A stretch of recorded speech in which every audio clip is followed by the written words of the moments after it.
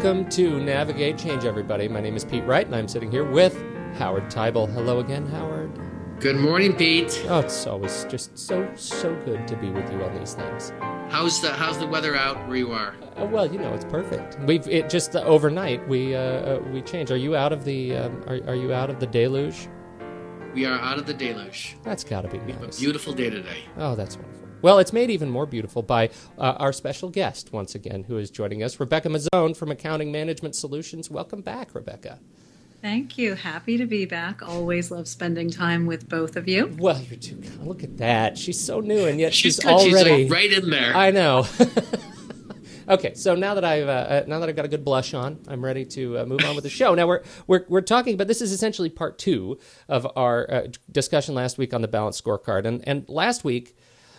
Here's what was left. This is like the apple skin in my teeth, right? We talked about the implementation of Balanced Scorecard. We talked about what Balanced Scorecard is and its history and how it sort of evolved into being used as a management measurement tool now, the kind of data, the predictive data that you can, or information or wisdom that you can glean from the data that you're collecting. But, as I understand it, Balanced Scorecard is a quality system. And I really want to know from you experts in the field, how does an organization use the Balanced Scorecard to improve? How do we use it to affect quality as we move toward, this newfound alignment of strategy and mission to day-to-day activity? How do we do that? Who would like to start? Well, I'll just say that last time we talked about that what's core about this is having senior leadership buy into it and actually own this. But ultimately, it's really about the vision of where the organization is going to go. What's the mission to get towards the vision, which then drives to what this whole conversation is about, which is to realize what does the institution need, and then what does we'll just call them divisions at this level, what do they need to be doing? It's almost like this roll-up from the departments, or actually the individual, to the departments, to the divisions, to the institution, realizing this mission. So ultimately, the value of this is to truly translate actions into ways that make this vision and mission realized. So that is the big picture that this is about translating into. And, I think Rebeka can speak to what that means at the different levels in the organization. Perfect. Well, I think when we think about this from an operational perspective, it's very easy for senior leadership to look at a mission statement and to come up with a 3 or 5 year strategic plan. Yeah, what's your mission statement? See, we don't know our mission statement. That's the point. You come up with a mission statement for 3 to 5 years, and nobody thinks about it again for how long? 3 to 5 years. Exactly. Well, and one of the challenges is even the senior leadership going through the process of the 3 to 5 year strategic plan, do the individuals at every level of an organization know what that 3 to 5 year plan is? Never. And so the challenge is, if you really want to affect change at any organization, you have to ensure that everyone at every level knows what it is that you expect them to do differently, right? That's how you really affect change. So this is the nuclear option, right? I mean, the change that you have to affect really has to be big enough and broad enough at the first stroke that everybody really thinks about it, that it becomes front of mind awareness, not back of mind awareness, right? Right. Is that what Balanced Scorecard delivers? If it is implemented throughout the institution, absolutely yes. Okay. So it is the concept of, if you really expect that, for instance, you are going to save money. So one of this wouldn't be a strategic objective, but one of the objectives within the strategic plan is to try to get your cost structure a little more under control. You're not going to be able to do that unless you tell the individual person that orders the paper, for instance, that one of the expectations is that we cut our cost of office supplies by 5%. So that's a very simplified example, but I can set budget expectations. I can set expectations for change or increase in revenue growth, but it's not going to actually happen unless the individuals at every level really understand, how does this affect me, and what do I need to do on a day-to-day basis. What's great about what Rebeka's saying is, in the real world, what happens is each department or division sort of has their interpretation of what they need to do the right thing by the organization, but they're really flying by the seat of their pants. They're making up what it means to reduce costs. But it's not based on, here's what the institution is looking to achieve. This is what we expect of the different areas. So what doesn't happen is it doesn't filter its way down, so that there's an understanding, as Rebeka was saying, that the purchaser understands what's expected of them. Well, that's a really good point, Howard. I mean, it sounds like we talked, I can't remember, it was probably 3-4 weeks ago, we talked about the art and craft of the middle manager, right? And why it's important to have this middle manager who is really good at translating issues. The importance of this, it sounds like to me, is that if you're going to implement site-wide or institutionally, as Rebeka had said, you have to create tacticians or people who think tactically, not strategically, because you can say strategically we're going to reduce we're going to reduce costs, but unless you think tactically or about how reducing costs affects my office supply budget, you're not going to make any headroad at all. That's a great point. And the Balanced Scorecard is a mechanism to translate strategy into tactics. I mean, wouldn't you agree that really is the bottom line of what it does? It enables people to look at a strategy and say, this is how I'm going to contribute to realizing that strategy, and this is what's expected of me. Absolutely. I mean, one of the things that we've talked about in the past in one of our prior presentations is if you look at, even something like a bond rating for higher education or for any institution that's involved in issuing bonds, when coming up with a bond rating, they are looking at many different facets of an organization, from students coming in the door to the financial structure and the financial health of the organization. So if one of the measures at the institutional level is to improve or maintain a bond rating, then ideally you would have a scorecard that looks at the finance department and has some financial measures that need to be maintained or improved upon. And then you look at the admissions department, and there are measures related to the admissions department and student enrollment and attrition, and then the financial aid department. So everyone has different components and a different way to really participate in the organization achieving and contribute to realizing that goal. Exactly. And that really is what this is all about, is it's different levels of scorecards that ultimately are all linked together to achieve the institutional objectives. So as you go throughout the organization, there are very different and much more specific objectives on the individual departmental scorecards. Okay, so I got a pedestrian question, right? How does Balanced Scorecard go about helping an organization determine what those metrics are that you're going to measure? I mean, is there any, what sort of guidance is there to determining what the important measurements are? Or does that just come from institutional awareness that XYZ is important? Well, it comes down to the organization first determining what the key measures are relative to what they're trying to do, and then setting targets, and then measuring actual performance against those targets. So that's one piece of it.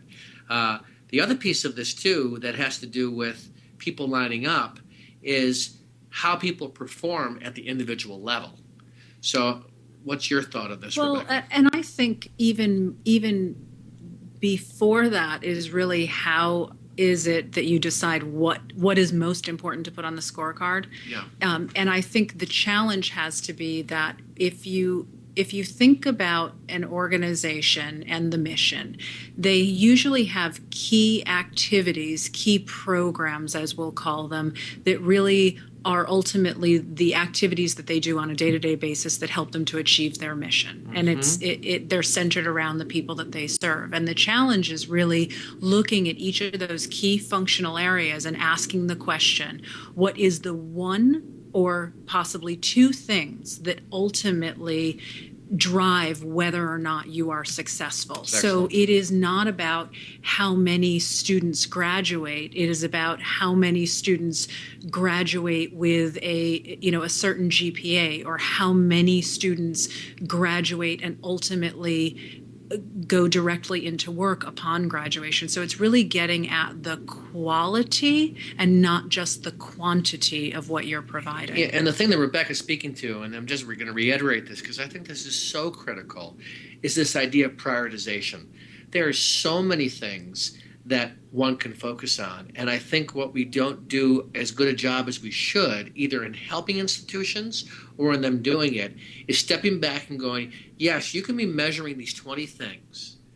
But as Rebeka just said, what are those one or two things that if you do them extraordinarily well, will impact your organization, allow you to meet your strategic goal? And for the most part, when you ask that question, people pause because they don't know the answer right away, because they're not being asked that question. Absolutely. They're basically creating inventories of all the things they do, and that next layer that Rebeka's talking about is the missing piece, as Shel Silverstein talks about in his book. That makes a lot of sense to me. That makes much more sense than it did when we started.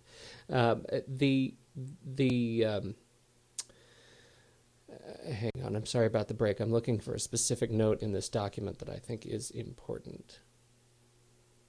And I cannot find it. You realize who Shel Silverstein is, right? Oh, yeah. Light in the Attic. Missing Piece. You ever read that book? Missing Piece. He wrote the lyrics to A Boy Named Sue. Okay.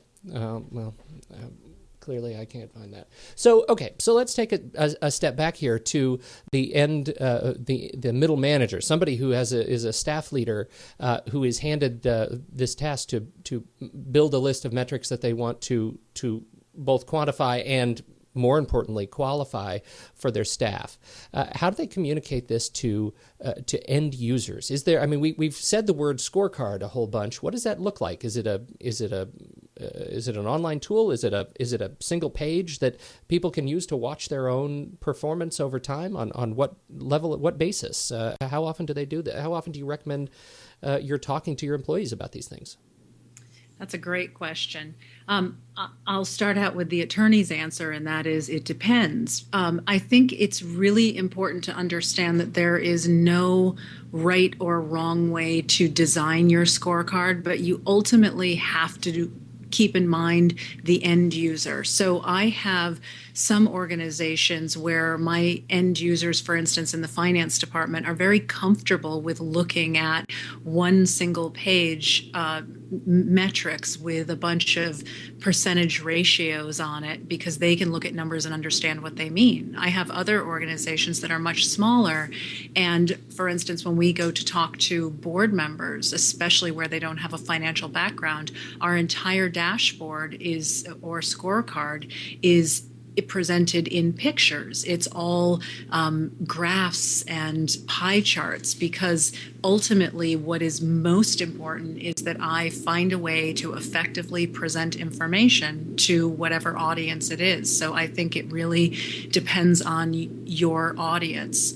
Ultimately, the goal has to be to call to action. So what I mean by that is if you look at a bunch of numbers, whether they be, ratios or what have you, on one single page of paper, it becomes very difficult without spending a great deal of time looking at any individual number and looking at how those numbers are changing over time to really understand where you should focus. So one tool that's very effective is to use a color coding system so that you can really see where I'm meeting my objectives. For instance, the boxes are green, and where I'm not meeting my objectives, the boxes might be yellow, indicating that there's a possible issue on the horizon, or red where things are not going well, because that can be an effective way to trigger action. You can focus on the items that are, turning from green to yellow to red.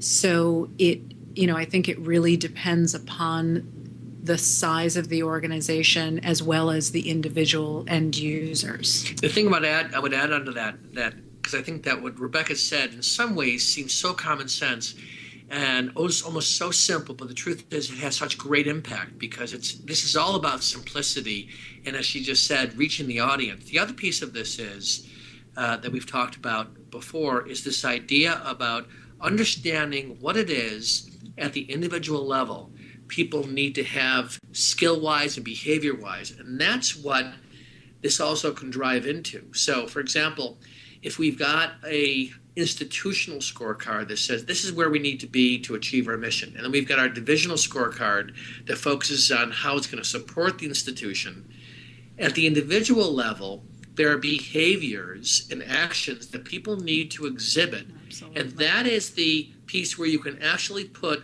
360 work in context to the scorecard. I see a lot of institutions that do 360s, and it helps people know what they need to be doing and not doing.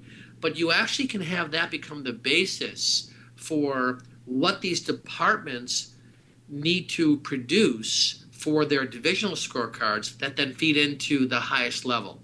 So the piece that I think that's really unique about scorecards, if you do it well, is how you can actually tie it all the way down to the individual who needs to be behaving either in a leadership capacity a certain way or having a certain kind of skill set, and that can get revealed through doing 360s. I'm so glad you said that, Howard, because it feels like that's sort of what's right under the covers here, which is that if you're looking for a continuous quality initiative using Balanced Scorecard, what you're really talking about is, it sort of boils down at its lowest level to new training initiatives, but that's sort of oversimplifying it. I mean, what is the difference in context between building an organization that is well trained and building a learning organization?